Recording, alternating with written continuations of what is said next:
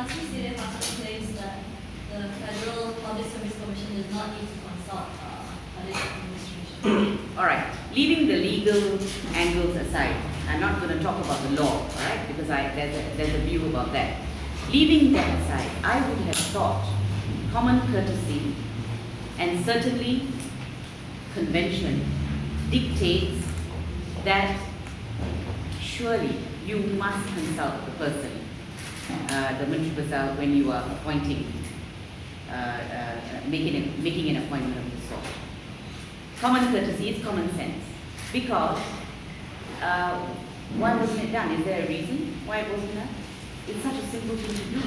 So actually what we would call upon and the authorities to do is to please sit down and consult with the Menteri Besar and come up with a name.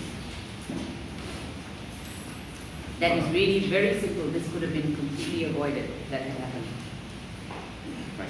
If I can just add to what Dato had said on the matter of the threat to the elected reps. Voters go to the polls to choose representatives in the hope of good governance. Now, good governance requires good policies to filter down to the staff who are supposed to execute. Now, when those policies are not implemented, it frustrates efforts to put in place good governance. Now, that constitutes an attack on the elected reps of the people. It's not direct, it's not full frontal, it's insidious. It's a silent attack on the Pakatan government that is elected by the Rakyat. It is in fact to subvert the will of the people.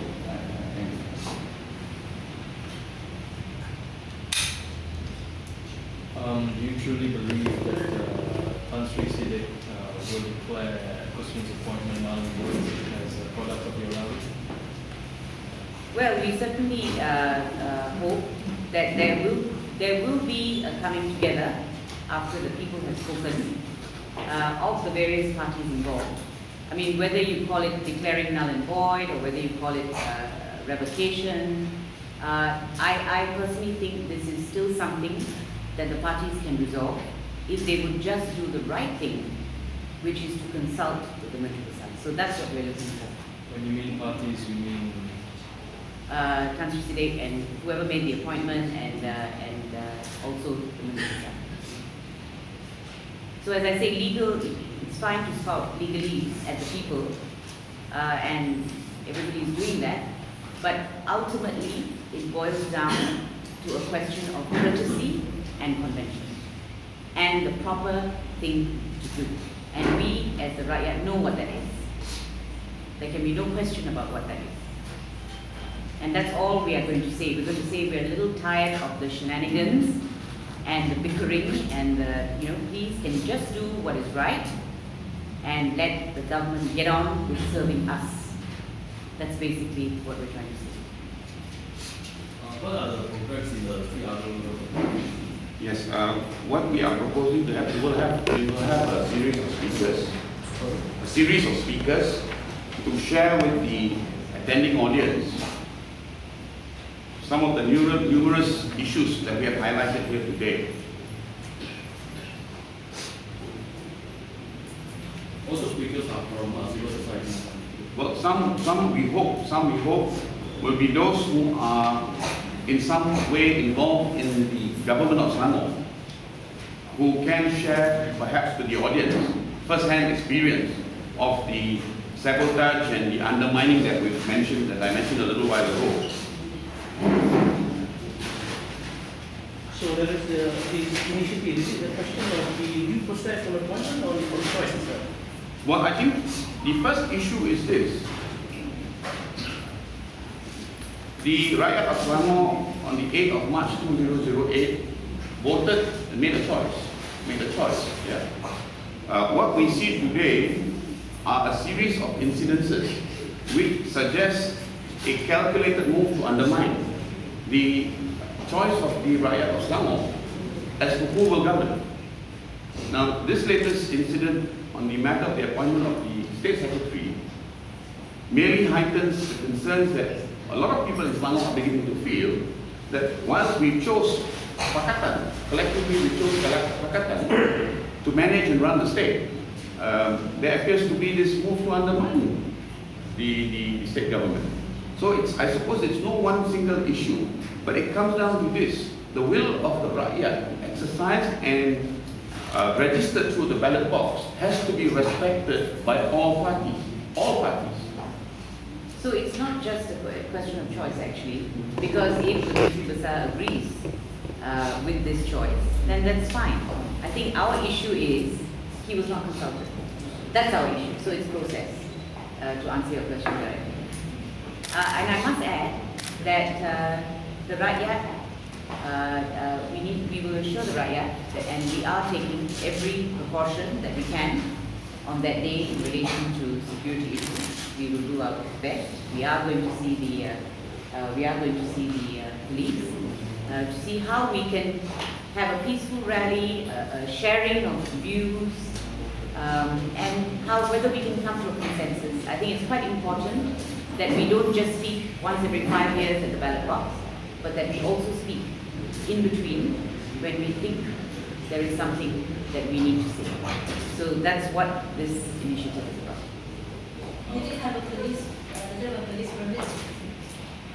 We will make the necessary applications. Yes. But I would have thought, as Richard has added, I think there was a suggestion when there were street rallies previously that we should move to stadiums and other enclosed premises. That's exactly what we're doing. So there really should be more protection. And this is the riots. This is us. This is about us. This is, so I think we should be allowed to do that. Why the civil society groups take the initiative to organize this rally? Because it's normally organized by those political parties to show the support to the. No, I think it's because we think it's an infringement of our rights. Does it mean It shows a lack of respect of the choice I have made. That's what it translates to, and a lot of people may not appreciate that, but ultimately that's what it translates to. You may have chosen X, but I'm sorry, I don't care. And that's what we want to stop. So it's a question of my own business, is it? Just to leave Leave the elected government, reps, yes, yeah. to carry on their work, and obviously to give support, whoever it is who's elected, because they are legitimately elected. And I think, ultimately, surely this is all about serving the people's interests. does it mean there's the rise of the civil society? I think so. I hope so. And it's not peculiar to Malaysia. Let me assure you, it's happening everywhere, where people are crying out for good governance and crying out for their rights to be respected. And I think it is a healthy sign. But Pakistan National claims that they got consent from the Sultan of Selangor for the elections. He said for the convention asked the consent from the Sultan. Yes, but I think what we are saying is that's fine, but there is an additional burden, or in fact the main burden is to get the consent of the Menteri Besar. It makes sense, surely, that the person who's going to work with the Menteri Besar, you must get his views. That's all we're saying, and we want them to now get back, discuss it, and make a decision that accords with the consensus. That is a result of a consensus between the government of the day and also the Menteri Besar. So even if it's not stated in the constitution that the Menteri Besar's consent must be obtained, but you're saying that he still should be consulted. All right, let me tell you the legal position. I know it's not entirely clear, but there is an argument. I have looked at it. There is certainly an argument that the Menteri Besar ought to be consulted. And there's certainly an argument as to who was the right commission who should have made that appointment. But those are legal issues, right? Apart from the legal issues, what we're saying is, can't we just approach this sensibly And we urge all parties actually to be sensible, to get together, to consult with each other, and then come up with an appointment. Which is why I'm saying, even if the same name is arrived at, that's fine, as long as process has been respected. And I would argue there is definitely a convention for consultation, without a doubt. It cannot work otherwise. Since there's so many questions on this, may I try to re-emphasize the point? Malaysia is a federation of states. All right, we are not a union. The state secretary is not the chief clerk. He's the top civil servant of Selangor State, and he's the secretary to the state cabinet. I'm sure Menteri Besar has a say in even who is his driver and who is his cook, right?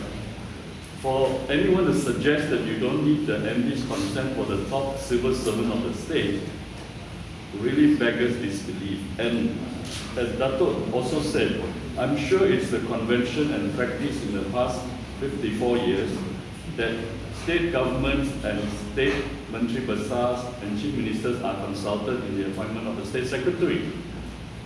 Show us proof if that's not the case. I, for one, cannot believe that. So this whole argument about the legalese is irrelevant in this case, really. Thank you. If I can just add to that, see it from the perspective of the rakyat. Again, I say we go to the polling station once in 5 years with the view to getting good governance. Now we are confronted with a situation where the Menteri Besar is expected to work with a secretary for whom he has had no say. Now we have to anticipate that this may be the start of a rather unworkable state of affairs, and that spells poor governance. We don't want that. We didn't go to the poll for that. And in that sense, when you see it in that context, it is an interference with the choice of the rakyat with a view to good governance. And when you see it in that perspective, then the rakyat must be there. And I think there is growing annoyance, and I think people are really fed up. I think I'm saying that I speak for so many people, are really fed up of reading the papers every day, how the bickering that is going on, the one-upmanship between the two parties. We're really tired of that. And to me, that should stop. That should stop. Things must run properly. The rakyat are interested in the bread and butter issues that Haris has highlighted. The rakyat is interested in good governance. We want to know how we can take Malaysia forward in this globalized environment. That's what we should be talking about. That's what we should be, not bickering about one thing or another. It's very tiresome, and I think it's time, if the rakyat are fed up, we should say so.